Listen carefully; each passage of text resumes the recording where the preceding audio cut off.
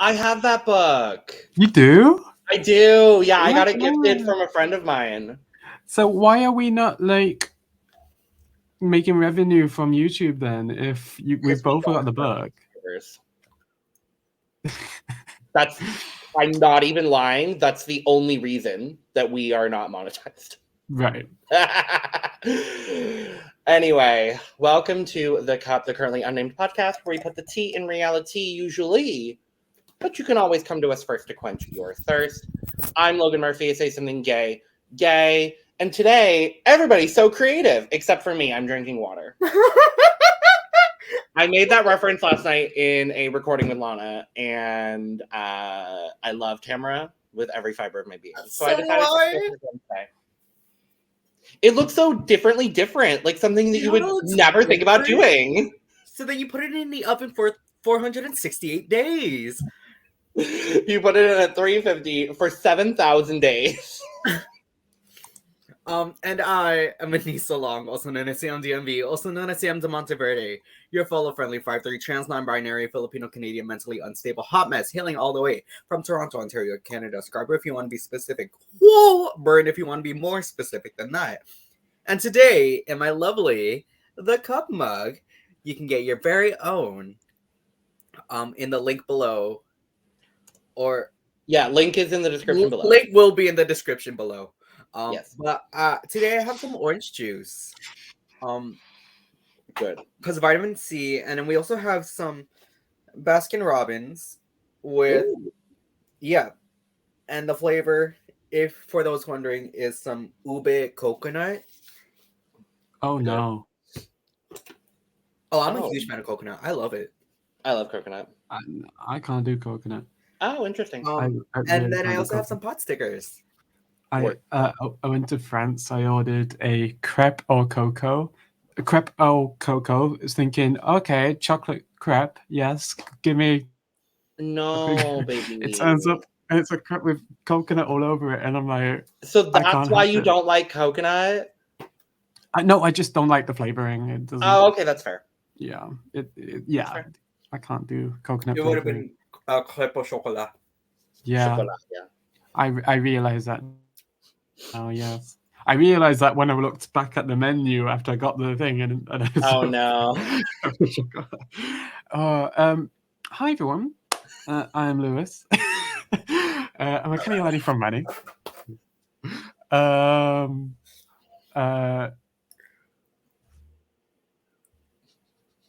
Froze. I'm not drinking anything yet. I've literally only been up for like the last 10 minutes. Full tea. We woke Lewis up to do this podcast. We genuinely, yeah.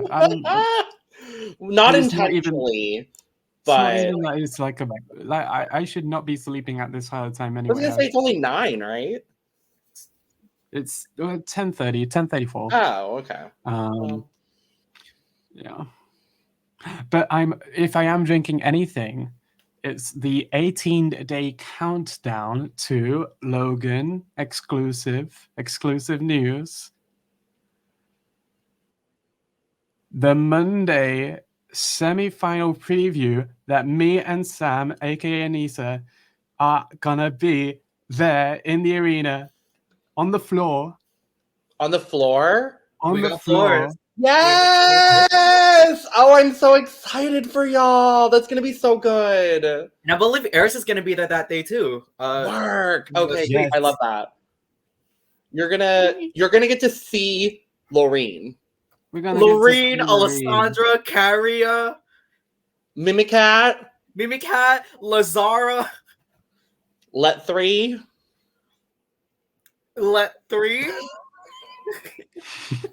And none of the people we're going to be talking about today. But yeah. No, that's so exciting though. I love it. Yay. Good. We're going to probably be meeting these people we're covering today anyway, because we're at the Carpe as well. So. Yes. I love it. So we are back with our final part of our 4-part Eurovision coverage of the 2023 Eurovision Song Contest. Today we are covering the second half of semifinal 2, as well as the final of the Big 6, being the winning country, So we will end, rightfully so, ending with Ukraine in this episode. So we will be discussing Poland, Slovenia, Georgia, the most serene state of San Marino, Austria, Albania, Lithuania, Australia, and, as I said earlier, Ukraine. So a lovely, lovely episode that we will be discussing. And Cute. do we have any other things we want to bring up, or are we good to start? We're good to go. Work. Let's do get it. In Martin Osterdal. Yeah, I saw what you did there. Poland. We are starting Why did I say that? tepidly today. We are starting with Poland. The artist is Blanka. The song is Solo. Let's take a listen. Ow. Now I'm better solo. I never let me down, diddy down. Now I'm gonna show you what it is you're missing out. We don't need to listen to any more of that. So that is Blanka, not to be confused with Blanka Paloma, for Poland with the song Solo. She is 9th in the running order for semifinal 2. She somehow, by some miracle, won the Polish national selection this year. We've already said a lot of things about that national final. So if you want to go see what we think, I'm just going to say now, fuck Blanka. But among composers on this song is Mikołaj Trybulak, who I'm going to say these 3 other songs that he composed on, and you're going to be like, how the hell did Solo come out of this? So this person has also composed Water Gun for this year for Switzerland, River by Ochman, last year's Polish entry, as well as the entry from Czechia in 2019, Friend of a Friend. And among lyricists on this song is Maria Broberg, who was a composer and lyricist for Moldova's 2019 entry, Stay. So, yeah. Okay. So, I wonder how, in that case, he got to the songwriter Nikolai got to the decision of choosing Blanka as the singer. So this song had actually been out for, I think, like 6 months prior to its inclusion in Okay. The Heart of Europe beats here. We choose a hate for Eurovision. Exactly, yes. So this song had already gained a little bit of traction in Poland at the time that she was announced to be competing at the Heart of Europe beats here. We choose a hit for Eurovision. But yeah, what do we think of Solo? So obviously I didn't pay attention to the national selection. So I listened to the studio thinking, oh my God, Poland did the damn thing. And then I watched the performance. And then you watched The Heart of Europe beats here. We choose a hit for Eurovision. Yeah, that thing. And yeah, expectations out the window. I love that now in a bunch of these, like, you know how they have the Eurovision alphabet like every year? Yes. B is for baby. Baby. See, when I hear baby, I think of baby. It's not a maybe. Yeah, I'm too good to meet you. Right. I love Destiny. I don't love this song. I don't mind the recording. The I like studio the recording. version is listenable. It is. It is. I can't. That little bit more I can't take it seriously because there's like so many cuts and she's doing she's doing way too much with her arms and like. It's because she can't sing. Point blank in the period, she can't sing. A lot of Like, this. if you have not listened to the national final performance of this song, please do so, and it will instantly drop in your rankings. Instantly. It's very Bad. Last year, DJ and Halo. Yeah, Halo. Oh, Probably even worse than Halo in terms of live vocals. right. But yeah, the kind of thing where you're set up to believe this song is going to be amazing because of the studio, and then you see it on stage and it's Bad. I mean, bad. yeah, it did get the best of the both of us when we talked about Poland's national final. Because I remember I at least gave it like 7 or 8 points. I definitely did too. Mind you, we didn't know the kind of person she was, nor did we know her performance quality at that time. So I don't blame either one of us for those opinions that we expressed in that video. So just spoiler alert, this is my shitter of the week. This is my number 37 for the year. I don't like her. I don't like this song. It feels like a Love Island reject song. It's not good. There's nothing memorable or exciting or unique or any of it about this song. It is a carbon copy of a lot of pop songs that are currently happening. It's just not as good. The music video is the most vapid thing. Vapid is honestly the right word for this song. Like, I listen to it and then I immediately forget it. It gets stuck in my head. So it's probably going to get some points if it makes the final. And I truly hope it doesn't. There are at least 10 other songs in this semifinal that deserve to make the final over this song. And quite frankly, I think every song in the semifinal deserves to get to the final over this song. That's all that I have, at least. Yeah, I'm mostly gonna say the same that Logan did. This will be my shitter for today.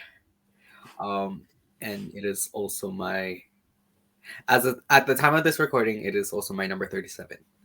I go back and forth between this and Croatia as my bottom 2 of the year. But yeah. I also want to shout out Eric Envy for coining that this is Love Island chord music. Yeah. I mean, I had thought it before he had said it in our group chat, but yeah. For the sake of balance, this won't be my shitter. Okay. Oh, I think I know what will be, but we'll talk about it. So we'll talk about it. Shall we move along? We shall, please. Great. To a lovely, wonderful, fabulous, fantastic song from Slovenia. The band is Joker Out, and the song is Carpe Diem. Let's take a listen.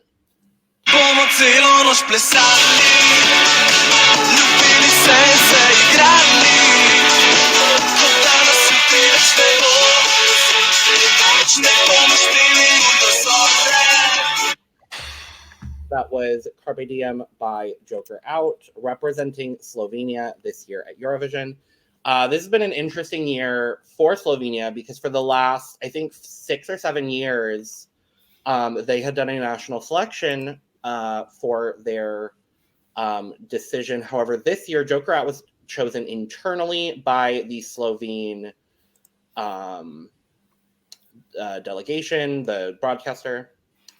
All of the members of the band are composers on this song. The frontman, Bojan, I believe is how you say his name. It's either Bojan or Bojan, but I believe it's Bojan. If I say it wrong, I'm so sorry. He is the sole writer on the song. And he was also a member of the Slovenian jury in 2021. Oh. So, yeah, and Slovenia is currently on a 2-year non-qualification streak. I don't think they will have any issue qualifying this year. And in fact, I go as far to say that I believe Slovenia will be top 10 this year. I could see this being somewhere on the left side. I honestly, we'll talk about one other song that I think kind of has like the shoe in to win the semifinal. I think there is a universe Slovenia wins this semifinal as well. That's definitely a universe. It's definitely a world that I can see happening. I've loved this song since first listen. This speaks to me, the kind of indie rock, straight out of the 1975 playbook, kind of, in a way. Arctic Monkeys, that kind of sound. I love this. And who did they have last year? LPS. The choice to do an internal selection was definitely the right choice. Not only that, it's an internal selection where they chose probably one of the biggest bands right now in Slovenia. Yeah, they're like I would even go as far to say like the biggest, like contemporary band. They also opened they did a lot of touring with I'm not gonna remember who they are. Hold on. There was a band that did very, very well at Eurovision for Slovenia. Oh, did they do There For You? Or whatever? Probably their best result. Where they're the band wearing the headphones. I believe so, yeah. When you're down, they toured with them. That's crazy. For a while. So they're like, I honestly think so their best result ever was 7th, which happened in both 1995 and 2001. And their best results since then was 13th in 2011 with no one. I honestly don't think I think their best results since then, honestly, and I think this is biased because this is one of my favorite Eurovision songs, Salena by Leah Sirk from 2018. I love that song. I think this could be Slovenia's best result ever. I really, truly do. I'm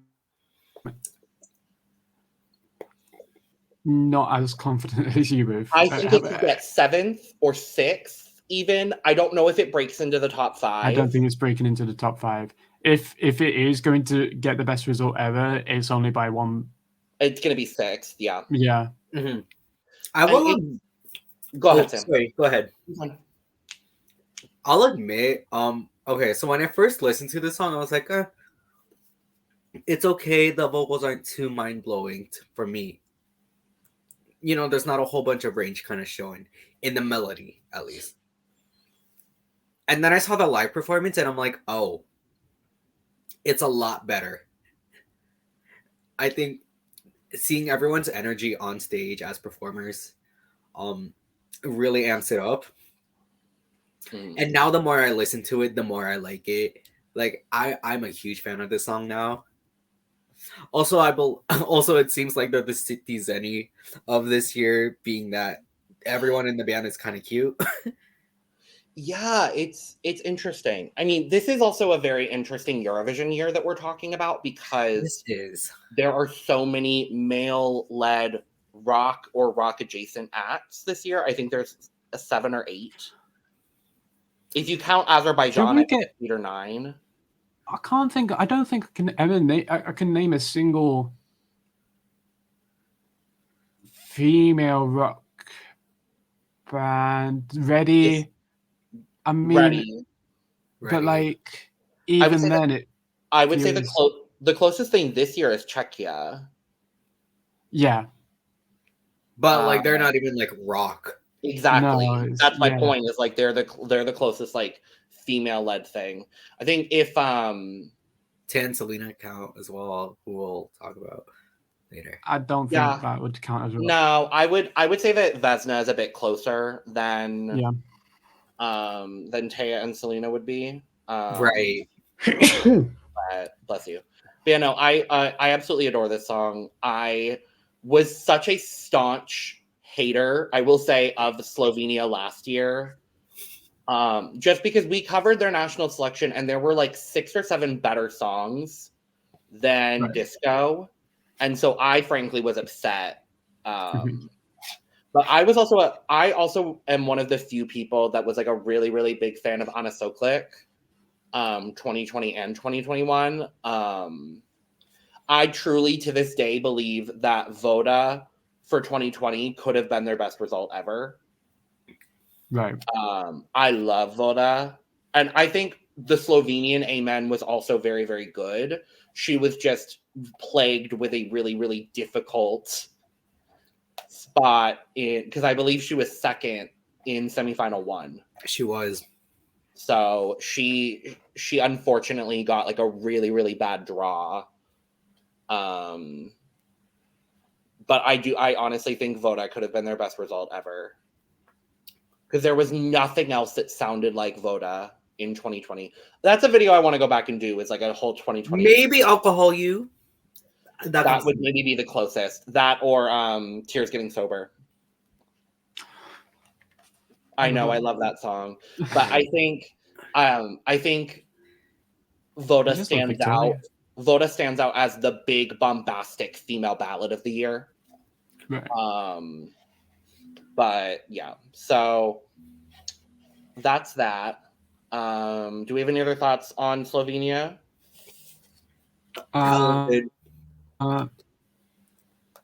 Yeah, well done to the delegation. If this is the quality that they're pulling out, keep doing internal. Right. Honestly, like I liked their national selection process because it was very thorough. But it, especially last year, it ended up with LPS, who I was not a fan of. But I was a fan of. We know. Yeah. Cute. Work. We're gonna move on to Georgia. The artist is Iru, and the song is Echo. Let's take a listen.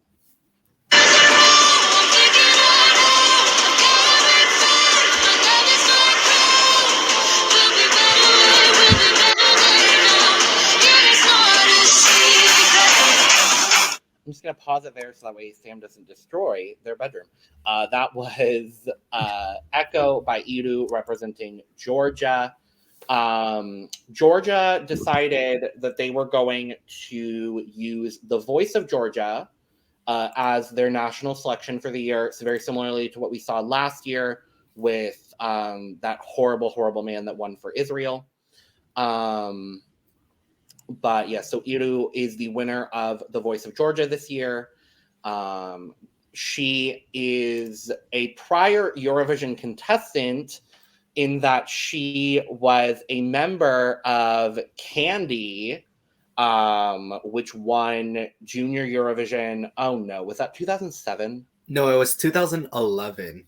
Thank you. I was like, it's a year around there. I don't know. That won Junior Eurovision 2011 with Candy Music. So Iru is no stranger to Eurovision. In fact, in The Voice of Georgia, her 2 live performances were Rise Like a Phoenix and Euphoria. Oh well. So she released and she slayed both of them. So we love a casual. This was also the very last song that we got this year. The Georgian delegation took a lot of time with this song. But the composer of the song is George Kukhandais. Again, I'm going to say it wrong and I'm so sorry. Who was a member of the Georgian jury in 2014. And we know that the stage director for Georgia is Marvin Dietman, who is doing, we'll talk about Austria here in a second, but is doing the staging for Austria this year as well as Cyprus, and has done past stagings such as Snap last year, Rockstars last year, Spaceman. Okay. We talked about his credentials when we talked about Cyprus in the last episode. It's the same guy. He did Rise Like a Phoenix. He did TikTok for Croatia in 2021. He did Mhm. Growing Up Getting Old. So he's a very very well known stage director. I love that stage. So not gonna lie, this was the one song that until you just played that, I completely forgot what it went like. Oh wow! Yeah, I mean, mind you, it's been a while since I listened to all the songs, but I genuinely could not recall for the life of me what this one went like. That being said, the way you've just reminded me. So that's that bass cover, because I know how it goes like now, because you've just played the bit of it. Yeah. I don't know. Is this the one that makes no lyrical sense? Yes. Yes. So considering they took that much time to release it, I don't know.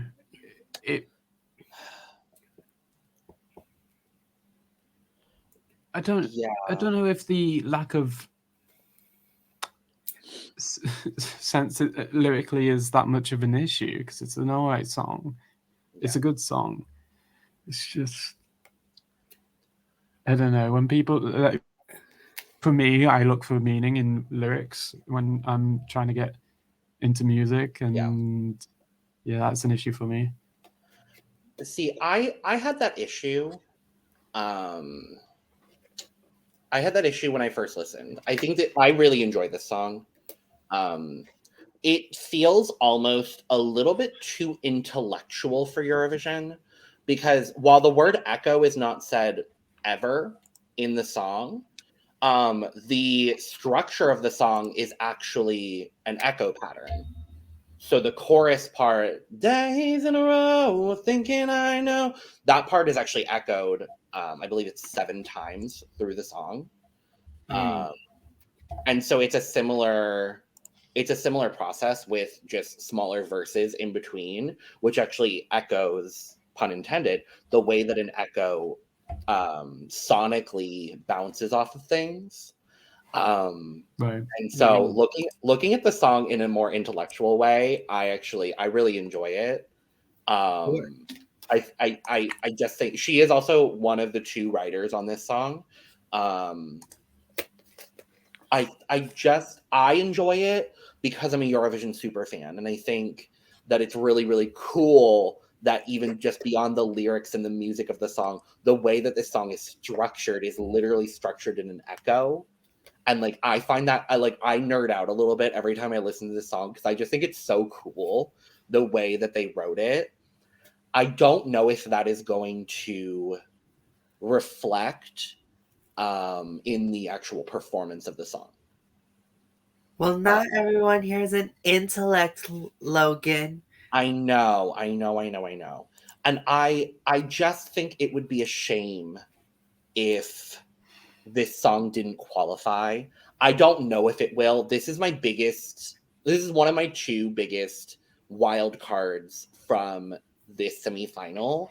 It's just that, like, I don't know if people are going to just be enraptured by her voice. And she has such a commanding, beautiful live vocal, and she can hit all of these notes that she is singing in this song. Yeah. So I hope that people are enraptured by her vocals. I just don't know if the average Eurovision listener is going to understand the song and appreciate it in not in the way that it should be, but in the way that I believe Iru intended it to be. Right. So yeah. I'm like back and forth. I'm very much on the fence with this song. Okay. Her vocals are amazing in the song. But again, like Lewis mentioned, it's kind of the songwriting of it all. Mm-hmm. Especially as someone who did not pick up on the fact that it actually is written in like an echo kind of matter. But honestly, like, then I saw her, like, a clip of her live vocal where she's specifically the part where she's singing the bridge and it goes into the kind of the Yeah. Like that. Good way. Honestly, that's my favorite part of the song. And in addition, with the kind of with the drums, percussion. Thank you. Percussion. That's a word. Percussion. With all the the drumming in the song actually really adds on to it, and her kind of vocalizing of that bridge and just the whole like I love that. It's so good. Like it's so simple and yet so sonically, musically, lyrically, vocally, so smart. And I like I said, I hope people recognize that in the night, but I don't know if they will. Yeah. I can't wait to see what it looks like. I think that's probably I was gonna say that too. Like I have absolutely no clue what it's gonna sound like, and I think that's really exciting. Because I'm like, I don't know. I'm intrigued. Make a fly around the arena. I don't know. No. Right. I think it might reflect the music video where there's a lot of like draping fabric and there's fans, and I think if they go that kind of like big drama direction, I think they're going to be a lot more successful. But I could see something with like, you know, similarly to how they staged Poland in 2018 for Junior Eurovision. Was that that wasn't Vicky? No, Roxana. Yes, actually. I could see that for Iru. Yeah. Or even something as simple as like, it would have to be a little bit different, but even something as simple as like Sophie Lennon's staging at Junior this year with Solas. Yeah. Just like her with like big draping fabric, and there's like the whole background, since we won't have the booty hole sun this year, so they can actually do like a proper background. I just can have see, like a big like, glowing in her face. I hope that there's some reference to Echo in the staging itself, even if it means even if it means stealing the giant trumpets from the UK delegation, and just using them. I mean, they're probably still somewhere in England. I'm sure they're still somewhere. But no, I hope they've that been. Unless they were you took part and used for another stage. What did we have? I don't know. Maybe. I hope that Iru can get them a qualification, because they are tied for the longest NQ streak with Latvia. And prior to like the last like couple of weeks, I would have said that Iru was the only one with a shot between the two of them. I think that's differed dramatically. Because we've heard live vocals from one country in particular, and all three of us know which one I'm talking about. But yeah, I truly hope that Iru can pull it out for Georgia. So. Yep.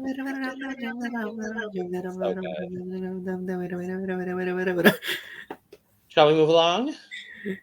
Yes, we shall.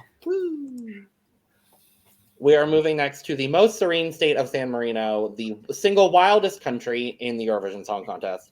The band is Piqued Jacks, and the song is Like an Animal. Let's take a listen.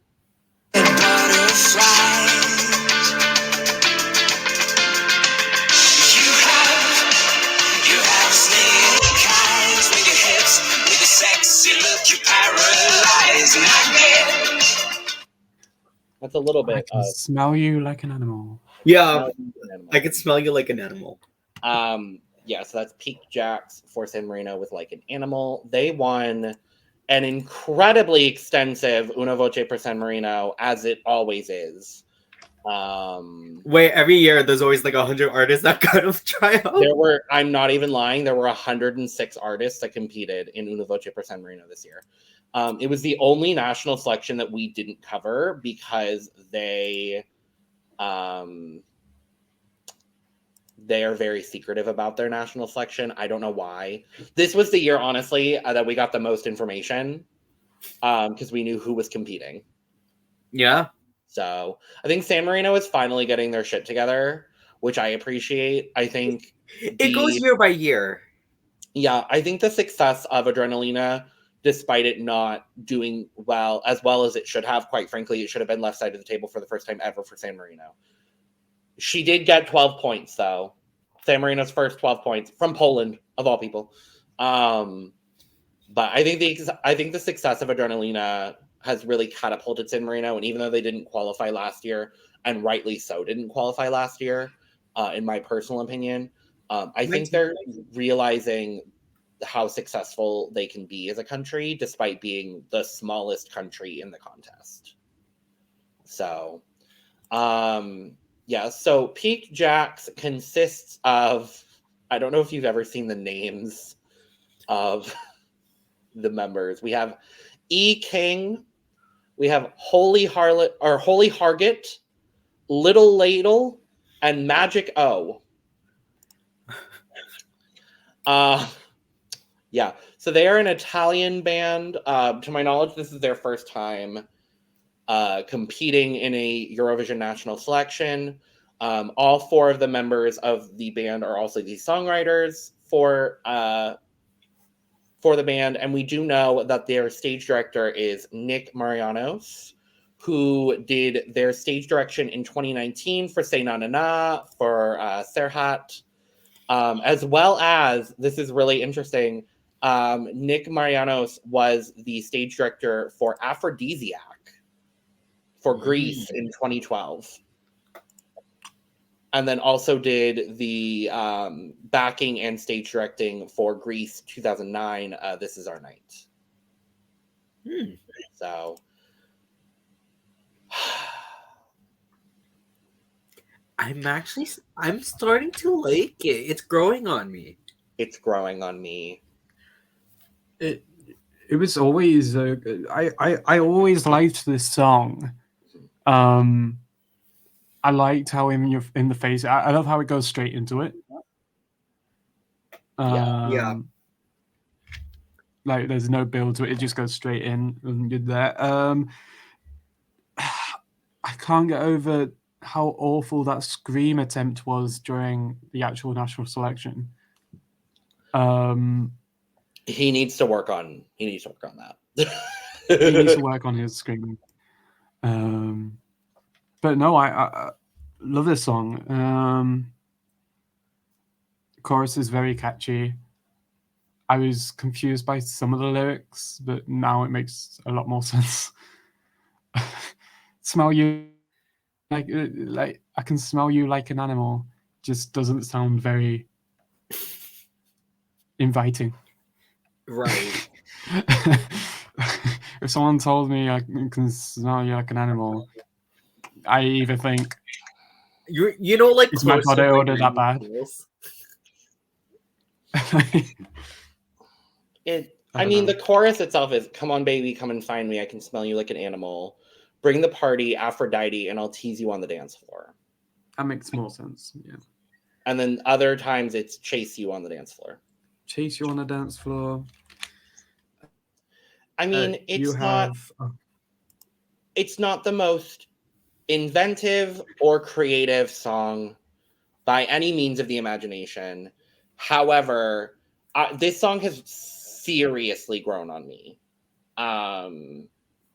I really did not enjoy this song when it won, because I had listened to some of the artists from Una Voce per San Marino this year, and quite frankly, I think La Diva should have won.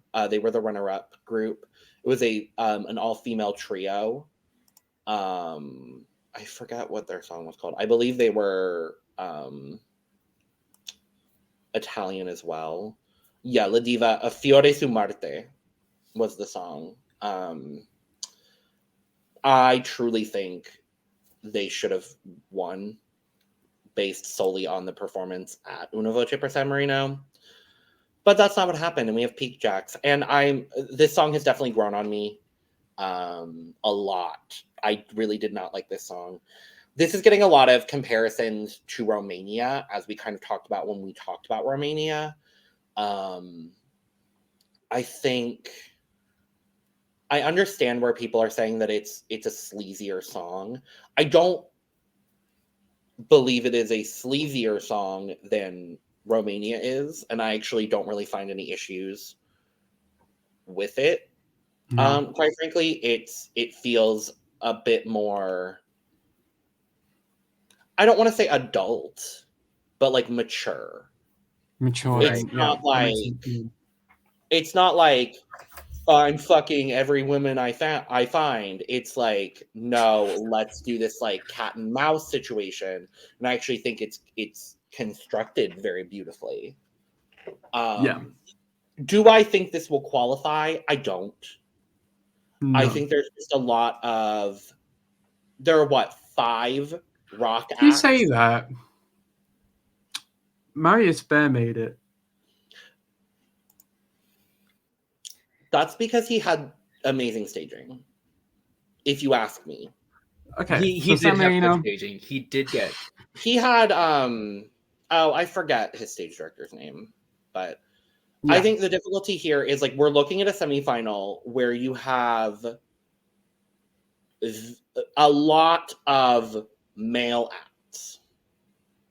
Right. And if you look even more specifically, this is one of 3 rock acts in this half of the semifinal. Mm-hmm. Slovenia, San Marino, and Australia are all in Australia. this half of the semifinal. We'll talk about Australia in a bit. I think of the 3 rock songs in this semifinal, this is the weakest. The weakest, yeah. By a large margin. But I don't think this is a bad song. I No. think there's a lot of songs in this semifinal that could go either way at this point with what we've seen. I think I would move San Marino into that. If they qualify, they're going to be like 10th. Mm-hmm. And I think they're a country that I think is actually aided very heavily. Oh, I by thought the you meant in the final. I was like, no, no. Yeah, and no.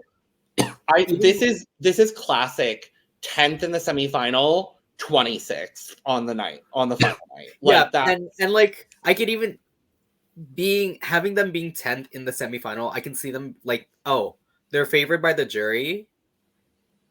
Like they're 10th in the jury or whatever, and then I feel like whoever doesn't there's no jury. is like, There's no jury that's in the right. semifinals. Yeah. Well, that was going to be my point. I actually think they're a country that's aided by the fact that there's no jury. I don't think jurors would eat this up. I don't think this is a jury song at all. It's not a jury song at all. I think the not a jury song. televote is where this would shine, and I think that may aid this song in qualifying over maybe a couple of other songs here. No, Right. you're right. But yeah. No. Okay, so very much my journey with this song is like has been like a slow climb, because it's like, oh, I didn't like it when I found out it won or whatever. I saw a clip of it and then I was like, it's all right. I listened to it in full and I was like, okay. You know, the vocals are mostly there. They're mostly there. I think the performance is actually pretty strong. The performance is actually really good, and all the vocals except for the scream is actually pretty solid. Well, to be fair, this song, other than the scream moment at the end, this song doesn't go a whole lot of places musically. It doesn't. That would have been my critique of it had we covered the national selection. And we said that a lot. It's like, musically, it doesn't go a whole lot of places, but what he does do in this song, he does well. And I think that's very smart, knowing that he is a singer-songwriter.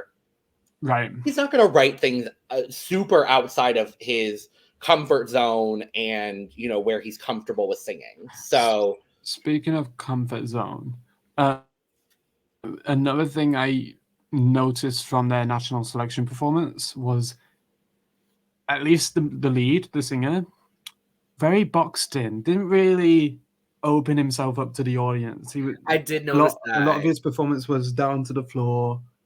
But they're getting better at that with each pre-party performance that they do. So I'm confident when it comes to the Eurovision stage, it'll be a lot more open. Yeah. That's one thing that I didn't like about the submarine, the national selection. I feel like they've been like relatively like consistent throughout each performance. Yeah. And I guess you could say the Scream is getting, I don't know where it's going. Better, yeah. I have to drop it an octave because I know my voice. But yeah. So any other thoughts on the most serene state of San Marino this year? Good luck. Pleasant song. It's going in my library. Yeah. This is my like bubble. Like I'm like, if it qualifies, great. If it doesn't qualify, great. Like that's honestly kind of how I feel about it. Right. Exactly. Yeah. I'm not going to be too mad if it doesn't go through. Yeah. I'm not going to be too. If it qualifies over a song I really like, then I'm going to be upset. But if it qualifies and like I agree with everything else that didn't qualify, sure. Yeah. So let's move on to Austria. Teya and Salena. Who the hell is Edgar? Let's take a look. There's a ghost in my body.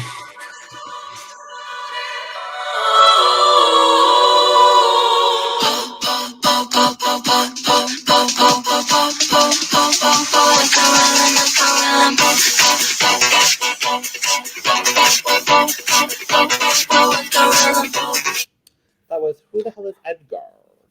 By Teya and Salena, representing Austria this year. They were a internal selection by the Austrian delegation. Austria, for the most part, has done internal for a while. I don't remember, if they ever did. They did do a national. They did it 2011 to 2016, except for 2014, which is when they won. Nice. And the last time they did it was 2016, Loan DC by Zoe, which is one of my favorite Austrian songs. Austria's been going through it a little bit. They are on a 3-year non-qualifying streak. Their last qualification was Nobody But You, Caesar Sampson. There's no question. This is going through. The question is, where is it going to land in the top 5? Quite literally. Right. Like literally top 5 grand final. It's going to be there. This is, I would guarantee. Yeah. I'd put money on it. I would also put money on it. Apart from I won't because I'm not a betting man. I'm legally not allowed to gamble on football. I don't know. Yeah, because of my line of work. I'm not allowed to. Anyway, love this song. Catchy as fuck, boppy as fuck. This was a song camp song, right? Yep. So they met at a song camp, wrote the song together, and then now they are going to Eurovision with I would say honestly, a great shot to win. They have an amazing shot to win. I don't think we've ever heard anything like this. Honestly, the thing I would compare this to most, this might be a stretch, but I can't think of anything else closer. Dancing Lascia Tumbai. I get it, yeah. Yes, right? I get it. That's kind of the closest thing. I would even maybe say, this is on like a planet in a similar universe to like Give That Wolf a Banana. Literally, no, I was gonna bring it up, but I didn't want you to say anything. Like I've come full circle. I understand the song. I still don't like it. But... Lyrically, much better than Give This Wolf a Banana, but conceptually in the same realm. Mm-hmm. Yes. Yeah. This is okay. So I mentioned earlier with Georgia that I felt like that song was a little bit too intellectual for people to understand. This is incredibly intellectual and smart, packaged in a way that I think is going to be very permeable for the average Eurovision audience. I think because it's so like in your face about like kind of its topic question mark. Because it's just shitting on the music industry, and I fucking love that. Mm-hmm. Like it's so good. What is? Oh, I was gonna. Not me. Okay. Full transparency. We're filming this on 420, so I may be a little. I was like, what's Austria's best result? Wow. How could I forget my Queen Conchita Wurst? But you know, y'all go ahead. I'm gonna not talk. Okay, so I feel like I might have mentioned this in a previous recording, but this hits very different with headphones on. Oh yeah. This is such an eargasm with headphones on. Because you get to hear, especially like in the first chorus when they start doing the whole po po po, and then the music comes in. Yeah. And you hear the. I remember when it came out and I heard it, and Sam, bless your heart, you were like half awake, only just waking up, getting ready for your work day. And I was like, Sam, before you get ready for work, you need to listen because Austria's. And I played Sam the entry, and yeah, that was a moment. I think especially when that poll came in. I still just think it is so stupid that this was leaked and we all thought it was fake, and then it turned out to be real. Right.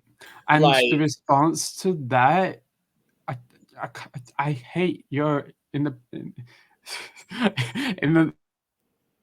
least, like, I hate Eurofans, and I hope people understand what I'm trying to say. But I love Eurofans, but I hate Eurofans. Like, yes, I understand exactly what you mean. Yeah, and I hope people watching this don't try and turn this into something. If you're on Eurovision Twitter, you know exactly what we're talking about. Exactly. Like, people take a bite-sized bit of a song, think, oh, this isn't a serious song at all. It's going to be terrible. But no, I love this song, and I think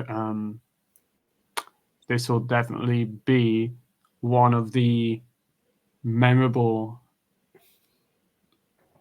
songs, even performances of this year. I've seen their outfits. Their outfits have been leaked. I love what they're wearing. It feels like, because I will say as well, I really liked Austrian Amen, Vincent Bueno. I think Austria has done fairly well over the last couple of years. I really, really liked Alive. Alive was a solid song. Entry. I think he would have done a lot better with Alive. Agreed. And I really liked that song. I liked his Amen. And, you know, I liked Halo enough last year, but obviously the live vocal was just not going to do anything for it. And I remember when there were so many people that were like, oh my God, Austria is going to win. Because in the studio, it's a great song. I still listen to that song. I think it's a great song. It's just Pia Maria just did not have the vocal that it took. These ladies have the vocal. They're incredibly smart. They're incredibly deliberate about what they're doing on this stage. They know where they are and they know what they want to deliver. And I just think they are truly just set up in a perfect position. I think as we move closer to the contest, we've talked about how there's like a top like 3 that could probably win. I would now even make that a top. I would maybe make that a top 3, and I would switch out my previous thought process, which was Spain. I would probably take Blanka Paloma out of there, and I would put Teya and Salena in that conversation. Yeah. Oh yeah, absolutely. With I think Blanka Paloma, I just don't know. There's so many question marks about Blanka Paloma now that I would maybe like my prediction for top 5 at this current moment, in no particular order, would be Sweden, Finland, Austria, UK, and honestly, Slovenia. Wow. I think that's maybe what I would do right now. Okay. Maybe France. I think Lazada stands a really good shot. Okay. I don't know about top 5 for France, but I could see top 10 for sure. I'll. Sorry. Oh, yeah. Oh, okay. So I think something that we forgot to mention as well. I really enjoyed their chemistry together as well. Yes. I remember they had like an acoustic kind of performance of the song. I just love that how they ended just being like, "Who the hell is Edgar?" And it's just, I don't know. Who the hell is Edgar? They literally met at this song camp, right? They didn't know each other before. You would think that they were best friends for 20 years. Right. Oh yeah. Like, I'm very happy that the universe put them together and brought them to us. I'm very thrilled about. I need to find myself a fucking band at song camp because right. Like, oh, I've already been to a band camp and music camp. I need to go to a song camp, and then as soon as I'm done there, I'll be like on Tap's doors, being like, "Hello, Tap Music, hello." No, we'll make a song together. It's fine. Cute. We'll represent the UK in 2030. I don't know. No. Who the hell is Vincent? Go. Vincent Van Gogh. No. Who the hell is Katarina? Go, go.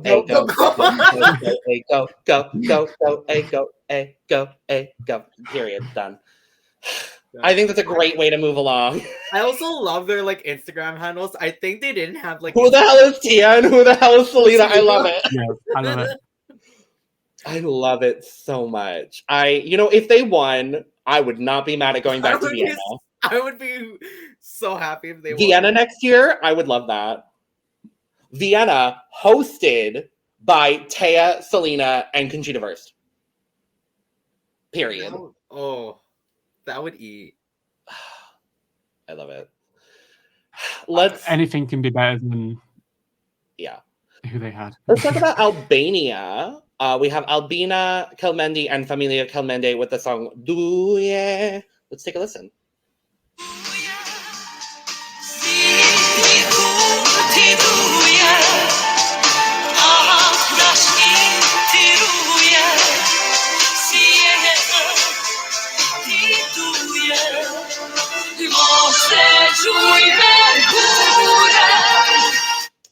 That was a clip of Duje by Albina and Familja Kelmendi representing Albania this year at Eurovision in slot number 14 in semifinal 2. Albina and Familja Kelmendi won Festivali Congress. No, they did not. They won the vote from. Thank you. They won the viewer vote from Festivali Congress this year. They were second place in the jury voting because for the first time, I think ever, FIC this year decided to have a public vote. So there was a separate winner of the jury vote, technically winning Festivali Congress, and there was a public vote to decide the Eurovision representative. I'm going to be really, really honest and say that Evita by Elsa Lila would do a whole lot better than I believe Duje to do at the contest. Elsa Lila won Festivali Congress for the second time, I believe, in her career. She won in like the 80s sometime before Albania was even in Eurovision. Oh, okay. So it was her second win, but Albina and Familja Kelmendi got the ticket. This song had a revamp as well. As most Albanian entries do, between FIC and the deadline. But yeah, I don't know any other information, so I'm gonna let you all talk about stuff while I pull up more information about this song, which translates to "Love It" in English. I do not. Oh. I want to so badly. I will say, here's something that might make y'all feel better. So the writer of the song is Ariana Rushdie, who wrote Theotokos from 2019, which is one of my favorite Albanian entries. Oh. Theotokos. It deserved much better than it got in the contest. But we also know that the stage director is famous or infamous, depending on who you talk to, stage director for Eurovision, Sacha Jean-Baptiste, who's doing their staging, who previously did, who is doing Watergun this year for Switzerland, did Sheldon Riley's Not the Same last year, who was, like we talked about earlier, behind the staging for Marius Bear last year. Okay. He also did Cornelia Jacobs. He did Angela Peristeri for Albania 2021, Tout l'Univers, Je me casse, Voices, Replay by Tamta, Too Late for Love, She Got Me, Jessica Malboy, We Got Love, Equinox Bones, Fuego. You're just going back in time. Beautiful Mess in 2017, Love Wave, Warrior for Georgia 2015. Like, Sacha Jean-Baptiste is a very, very well-known stage director. Probably the most sought after, I guess. I would say probably the number one. Yeah. And I'm surprised he's only doing 2 this year. And I'm even more surprised that it's Switzerland and Albania. Yeah, of all staging. So you know this is going to have marvelous staging. Yeah. And I think they really need to do everything they can, because I'm going to be honest, I don't think this stands a shot in hell at qualifying. You could give me the best staging the Eurovision's ever seen, and I still think that does nothing for me. Which is unfortunate because, and I think, Sam, you would agree, I think Evita would qualify out of this semifinal. Evita would absolutely qualify. It's kind of weird. I'm such in I feel like I'm in such a disposition now, because I remember when we first talked about Fick, we were both like, oh my god, this song is so good. Duje? Yeah, I remember I gave it 12 points. I still like this song, but go ahead. I'm not saying I don't. I like it, but I don't. I guess I don't have much faith in it. I don't have any faith in it, if I'm being honest. I think it's going to be performed very beautifully. I think for me, what stands out about this song the most is actually the dad's vocal. I believe that's Bujar Kelmendi. I believe. Yeah, because I think the siblings, fun fact, are Albina, and Albin. And they're all siblings. For Albania. A lot of families do that. Yeah, they do. But yeah, so I think what stands out the most, especially when you listen to the chorus, is the father's vocal, because he just comes in as this booming bass underneath everything else. And yeah.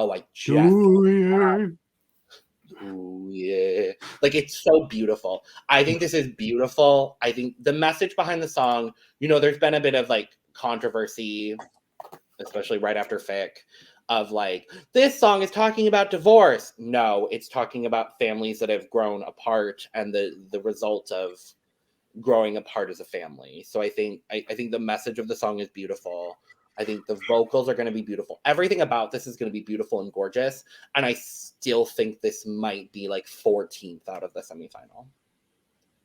I think, in the way that San Marino, I think, is very much so aided by the fact that it's 100% televote in the semifinal. I think Albania is severely, severely hindered by that fact.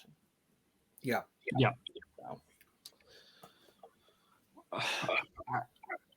I don't know. I just struggle with this one, and it's funny what you've said about the dad, like the dad's vocals. It wasn't until the family all came in together that I was like, I completely fell off I completely fell out of love for this. When I was listening to it, hoping to get into it, it was until the family came in that I was like, yeah, no, this isn't going to do anything for me.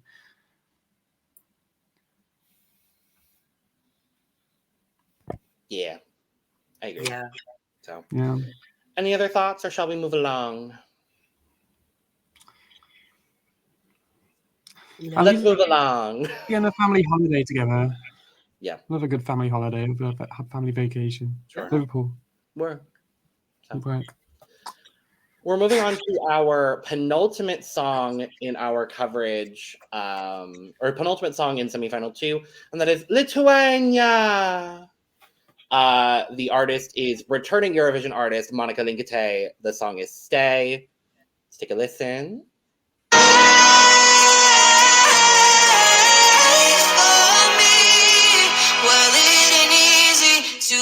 Someone like me.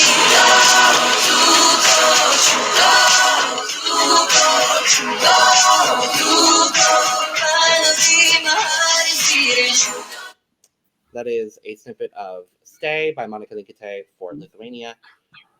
She competed, I believe it was 2016? 2015? 15 or 16? It was 15. So she was there was the gay, the gay kiss, the lesbian kiss, and then the straight kiss. She looks very different now than she did in 2015. But yeah, she was a part of the duo with Vidas Baumila. This time they placed 18th at the final of Eurovision 2015. Most infamously known for their very homosexual kiss, which I loved. They did not do the homosexual kiss. There was I remember the gay kiss, and then a lesbian kiss in the same performance. And then, it was like the second Monika in a row to represent Lithuania. No, the second Monika L in a row. Monika L in a row. After icon, legend, and queen of bowl cuts and silver dresses, Monika Liu. She won a very, very close Papadami Najo, and by close, she literally tied for first. And because she won the jury, she won the ticket. That was literally the reason why. Wow. So very like North Macedonia last year. Very North Macedonia. This was the close one. It's really funny actually. So in her heat, she placed second, and in her semifinal, she placed third to qualify for the final, where she won the jury and got second place in the televote. Her competitor that she tied with, Ruta Moore, won the televote and got second in the jury. And because Monika won the jury, the way that Papadam Inajo runs, the jury winner breaks the tie, meaning that Monika won the spot back at Eurovision after 8 years. So I'm going to start out by saying this is one of my personal favorites of the year. This screams mid-teens in the final. And I'm fully aware of that. But I love this song. I think the message is so strong. It's so beautifully written. She is one of the co-writers on this song. I love it. I think her vocal is great, and I don't think this will do well, but I love that she would sing this song pretty much everywhere she goes. I love it. Her and Blanka Paloma are singing their songs everywhere they go, and I love it. Literally, like all I see on the that with a lot of these artists, I feel like almost everyone is putting in the work. She was literally on a bus in London, and she had a whole choir singing her song on the bus. Yep. I will say as well, all of her backing singers are British. So work 12 points. I was gonna say UK is voting in the semifinal. So that's true. If people know that, they won't. Families are going to vote for.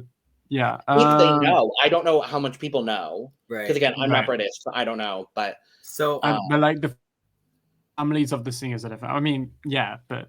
Totally. No, I know what you mean. Yeah. I love the chorus on this. I think I would have preferred if it stayed more stripped down at points. Sure. I don't know what points mean because it's been a while since I heard it. I was gonna say, have you heard her performance from the national final? Yes.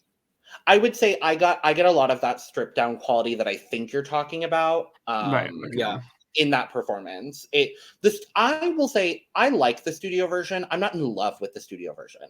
This is a Eurovision song that for me I need to see performed live because she puts the emotion into her voice. I think she has one. I will say I think she has one of the most dynamic vocals of this entire year. Absolutely. She has a set of lungs on her. She is incredible. I love the outro a lot. The outro is probably my favorite. With the harmonies. Yep. Whatever that means. I don't know if we ever got to. So there's no direct translation in the Lithuanian language. It is a term that I'm trying to remember. It is a term that is very commonly used in like nursery rhymes in Lithuania. So it's kind of giving a bit of that vibe similar to like Aja. Oh, Aya. Okay. It's Aya. Yeah. Yeah. No. So I am a huge fan of this. When we talked about Papadam is Najo, I gave this my 10 points. So I'm very happy this one. Her again, like I mentioned before, her vocals, her conviction, the emotion, the vulnerability of it all is kind of really what sells me, as well as her soaring through these like high belts. Mm-hmm. Mm-hmm. And the background singers to kind of tie it in all together. I love how you see her kind of interacting with the background singers too. I found that part really cool. Also, that orange dress that she wears in the national final. I hope they change nothing about the staging from the national selection. Just make it bigger. Oh yeah, that's what I'm hoping for, because I think the intimacy that the national selection, the final performance has, I think is so strong, and I think will really resonate. I think the difficulty for Monika is just she got a really bad draw. Yeah. 15th is not a spot that typically qualifies very well in semifinal 2. I think being the second to last performer is not going to really do her any favors. And I think coming after I would say, larger ballad, I think is going to, I unfortunately think Lithuania is going to struggle. I see a universe where this doesn't qualify, and I don't want to say that out loud, but I do think it's more realistic. And this, like Albania, I think is a song that is not at all aided by not having a jury. Yeah. Because I think if there was a jury, I would feel a lot more confident about this qualifying. Oh, absolutely. I worry. I worry this will end up like Ronella did last year. For me. I mean, you never know with these betting odds, because last year, if we remember, Miss Monika Liu was last place in the betting odds. And she got, what, 7th, I think, in her semifinal? In her semifinal, I don't remember, but I remember she ended the grand final at 14th.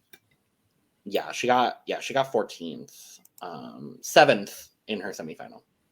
Okay, there you go. Yeah, so solid. Literally the exact same place in both. But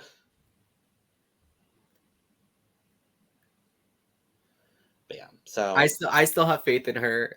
I'm a huge champion for this song. I am too. Like this consistently has been kind of lingering in my top 5 personally. It's kind of always been there. I remember not really loving it in my rankings. I think I gave this 8 points. I don't remember. Because I gave my 12 points to Like a Movie. You did. And I think I gave my 10 points to Let Me Think About Me. I don't remember who you did, but I don't remember. This might have been 8, but yeah, this is a song I've fallen in love with upon listening to it more. So, any other thoughts on Lithuania? I think it deserves better than how it's being received right now. I think it deserves better than it's going to get. I think it deserves better than it's going to get. I'm not sure if this is qualifying. I don't know either. I don't know either.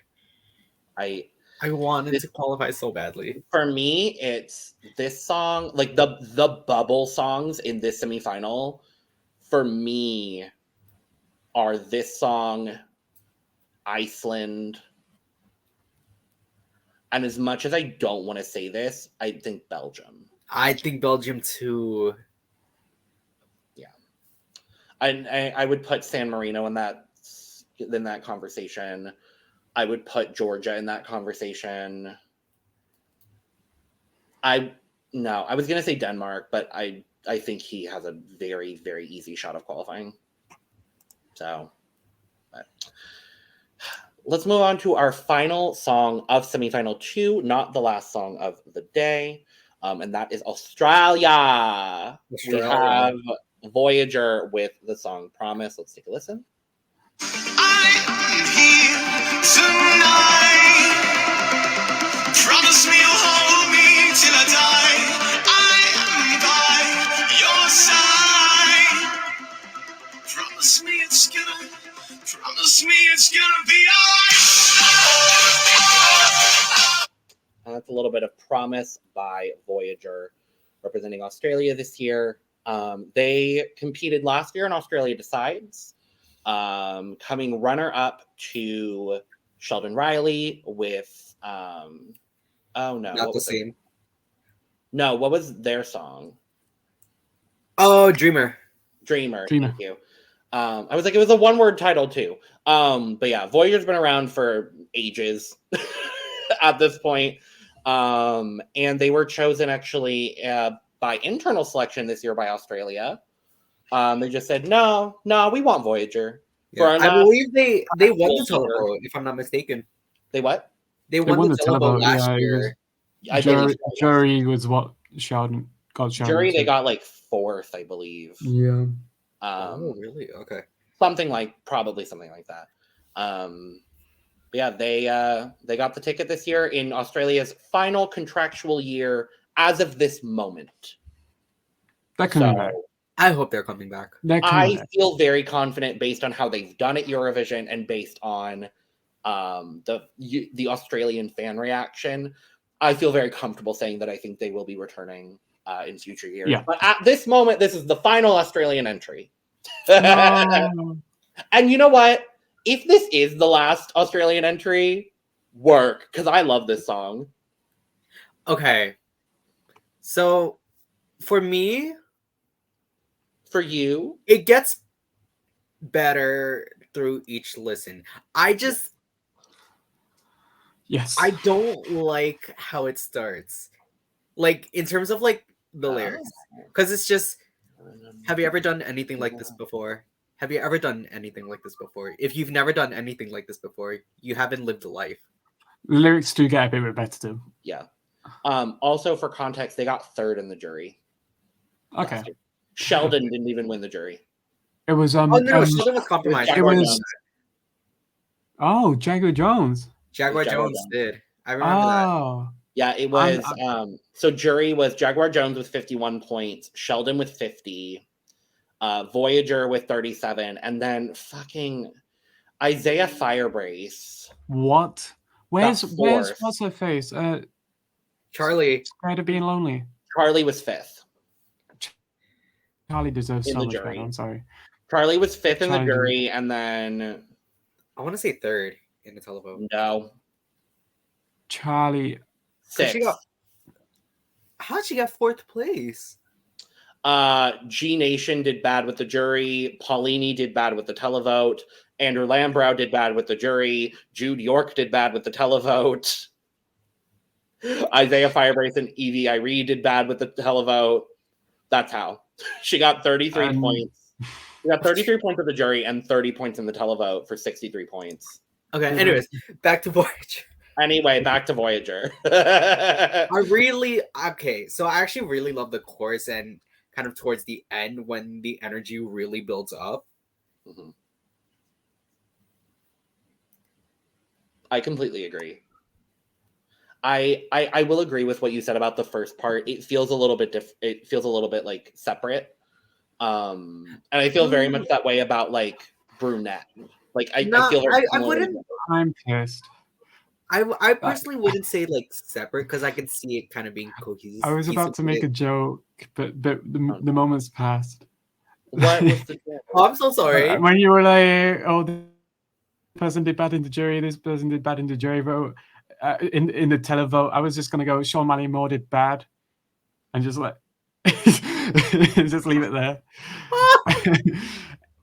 Anyway, I mean, you're not wrong in the slightest. I forgot what their name was, so you're fine. But yeah, I wouldn't say necessarily like disjointed or like non-cohesive because I feel like it was just like a moment of like, you know, we're gonna start it out kind of mellow and then we're gonna bring it up later. I don't know. I just don't like that context of it where it's just if you've never done anything like this before, you haven't lived a life. Which is there any idea of like what they're referring to? No. Oh no, then you haven't been alive. No, but like, If you've never done anything like this before, then you haven't been alive. But That's the lyric. But what is this thing that we're doing that we've done before that could, I don't know. Have you ever shut all the open doors? Have you ever just walked out on your own? I have. Have you ever just lost your mind when you try to unwind, or are you coming right back for more? Really? That part I actually like. Slam poem. Wait, hold on. Okay. I just don't like that first half of the first verse. I can't take that seriously. Have you ever done anything like this before? Have you ever done anything like this before? If you've never done anything like this before, then you haven't been alive. Thank you for coming to my TED Talk. Again, what is this referring to? Like, this is a graph. If you get that reference, please comment below because I will appreciate it. No, I do agree with you on that. I think, you know, I think this is very much so aided by the fact that it's closing. Also, I think it'll be aided by the fact that it's televote as well. Also, I am very excited for the time when this qualifies and then opens the final. Right. If I watch the fucking allocation draw after semifinal 2 and they get drawn in the first half, I'm going to scream, cry, and throw up because I know for a fact they will be closing the fucking final. I've heard they're changing the. No, they're not closing the final. They're changing the allocation. Or opening the final is what I meant. They're changing the allocation draw for this one as well. What are they doing? Ryland's going to be stood there with different cards, and they will tell them when to. It allows them when to stop. like in the. No, I'm kidding. Obviously, it's not going to happen like that. But imagine if Ryland was just there, like.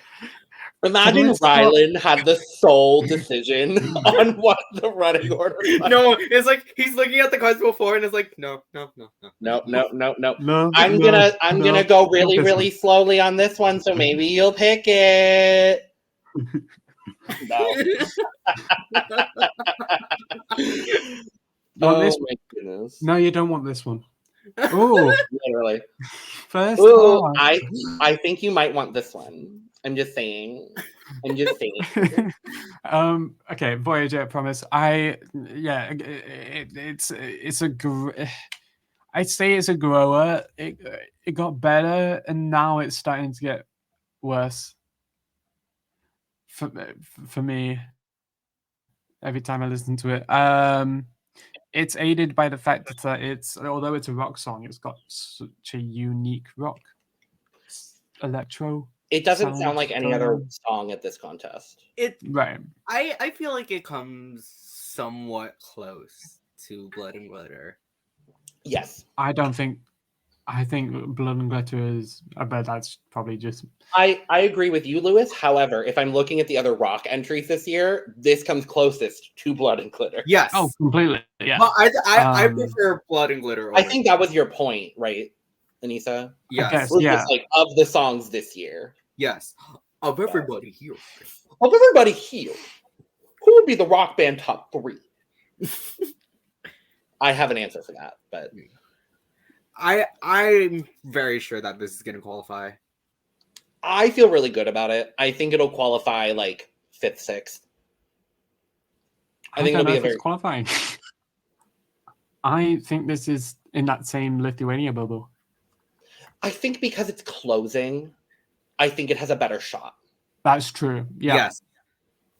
I think where Lithuania is very impeded is the fact that it's coming right before this. Right. Like, I think if everybody in the contest, I think we said this when the allocation draw happened and we did our live stream. I think I literally was like, yeah, Lithuania is in the worst position. Right. Which is unfortunate, but any other thoughts on Australia?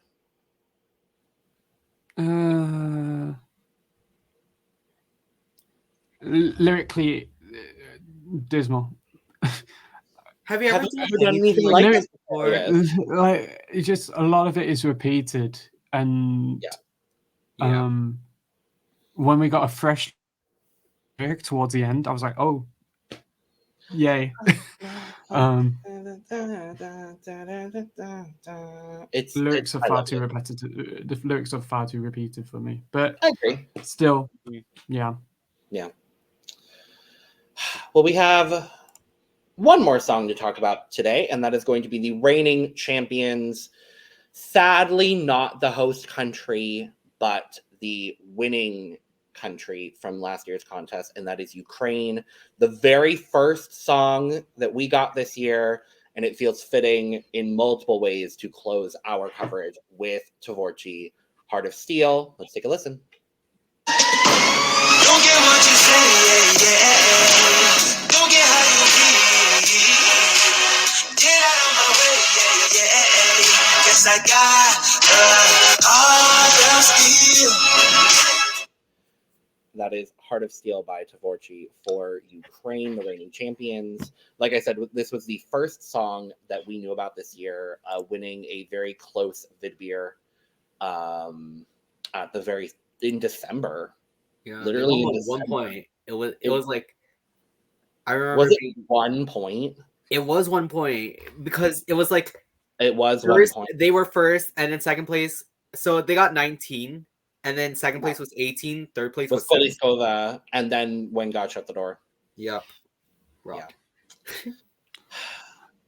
I mean, I like this song. We also know that they have drawn their running order placement. They will be 19th in the grand final, which, I mean, all things considered, is not a bad spot.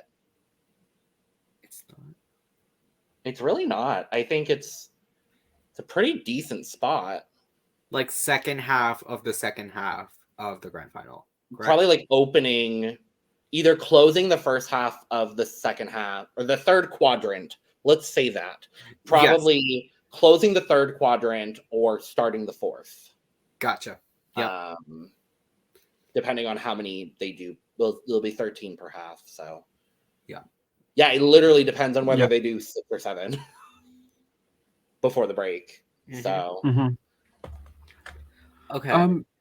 Lewis, I think this is the opposite of whereas some songs gets better with every listen.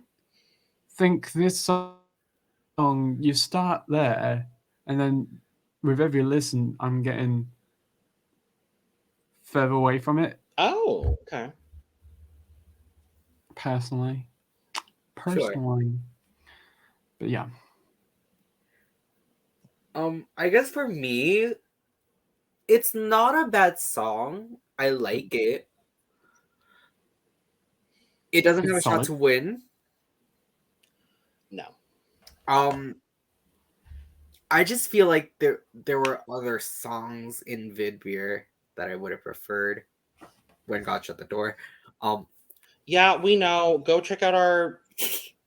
Go check out Vivier and then check videos. out. I won't spoiler. Yes. I won't spoil, but Again, I'm a huge fan. That was my favorite song of the entire. But anyways, don't spoil it. Have people go watch. Watch anyways. But Sam doesn't mean what they just said. They're lies and fairy tales and lies. Lies and Ellie. Lies. That could have been their favorite from Vidbeer, but they might be lying on the spot. You Anyway. never know. Anyway, so where I was going with this. Oh yeah, no, I was gonna bring up their like live performances too, because watching their national final performance. Ooh, I feel like the vocals are very hit or miss. I think the vocal has gotten significantly better since December. Yes.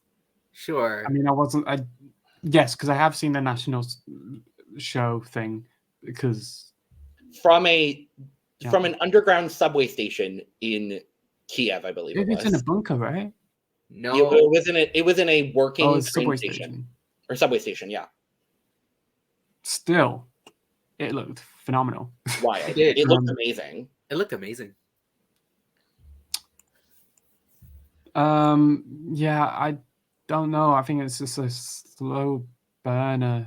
I think that's the right.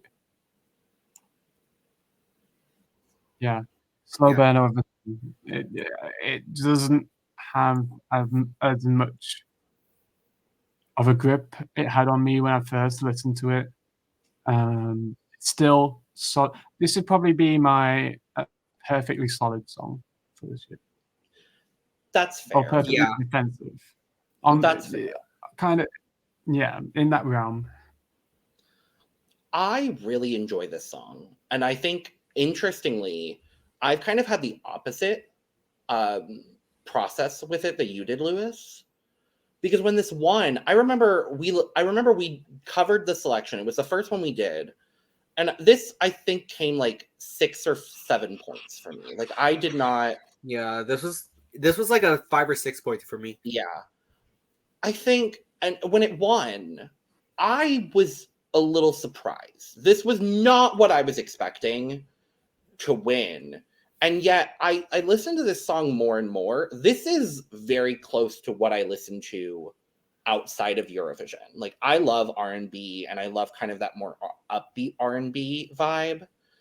And I really appreciate that it's in the contest this year in a very similar way to Jeremy McKee's last year. And right. I loved Belgium's entry last year. I thought it was great, and I was thrilled to see it make the final somehow. And I feel very similarly about this song. The vibe is there. They're so in the pocket. The revamp, best revamp of the year, no question in my mind. I love the addition of Ukrainian lyrics in here. I think that is really interesting. The revamp, specifically of the music, like after the choruses where it goes like the dun dun dun dun dun dun dun. I love that. Like, I think the vocal is really strong. It's gotten so much better since the national final. I don't think this stands a shot to win. I think we could easily see it left side of the table. And I think some of that might also have to do with just the fact that it is Ukraine, which I'm not mad at in the slightest, truly. I think if this won, I would be a little disappointed because I do think musically, I would not be disappointed about Ukraine getting another win. I think that would be lovely and wonderful and fantastic. I just think simultaneously there are better songs musically, lyrically, and vocally this year. And I also think there are other Ukrainian entries that would deserve a win more than this does. Absolutely. And to nobody's surprise, I think immediately of Goe. Yep. Which did very, very well. I'm very, very happy that Goe did as well as they did. But yeah, I really enjoyed this song. I'm a champion for this song. dually because it's Ukraine and because I do really think the song is very well done. So, do we know? We do know who the stage director is. Irna Diachak, who, to my knowledge, doesn't have any other Eurovision stage directing credentials. So, I really enjoyed that staging, in the national. Go ahead, Sam.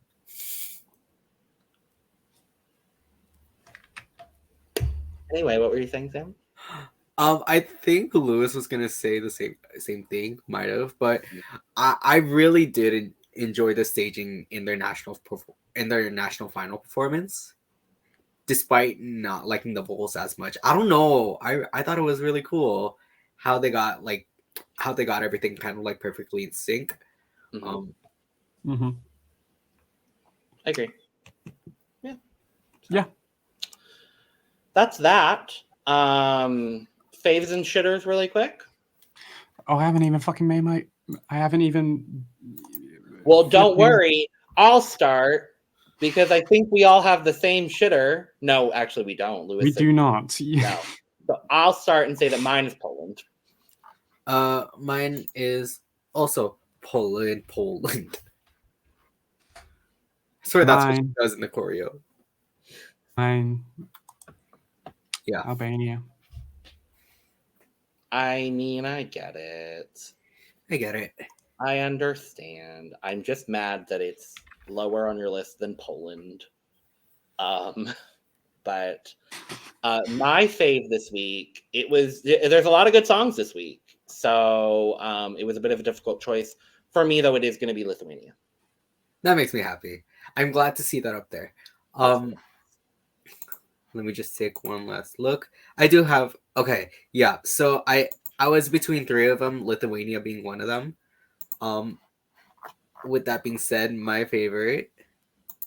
Who the hell is Edgar? Edgar. Po.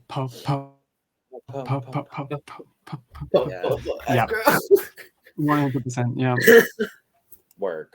So that's that. That is all of our coverage. We've covered all 37 songs here. Hopefully next Friday is the goal. We're going to be doing in one of the weeks before the Eurovision Song Contest happens.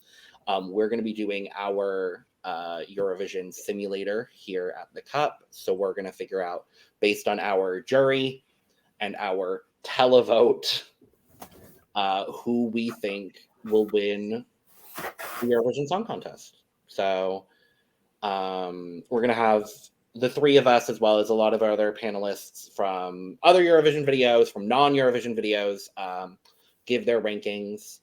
And then we're going to try to simulate a televote as closely as we possibly can. Hopefully we get a lot of people to do that. So if you would like to do that, there will probably be something live on both YouTube and Twitter at this point. So make sure to subscribe, share to get the link for that. Otherwise... and also hit the bell icon so you're the first to get that notification. That part. We got we've got a lot of Eurovision content on the way thanks to these two beautiful. We do. We're talking daily vlogs. We're gonna be live from Liverpool. We're gonna. You know what? Let's try and go almost live kind of live from Liverpool. Almost kind of live. We'll get a lot of content. We're going to get content from Turquoise Carpe, from the arena, in the arena itself, Village, everything that's going on in Liverpool will be there. So subscribe, and I'm thrilled. Yeah, I'm happy. 3 of us from the team are going. That makes me happy. I will not be there, but it's fine. I'll be in Los Angeles for the final. So it's kind of crazy that the 3 of us are going to be going on the same day as well. I know. I love it. I'm thrilled about that. So yeah, make sure to subscribe because we've got a ton of content on the way and some other surprises in the coming months. So, with that being said, cheers. Cheers. Cheers. Da da da da da da da da da da da Edgar Allan Poe.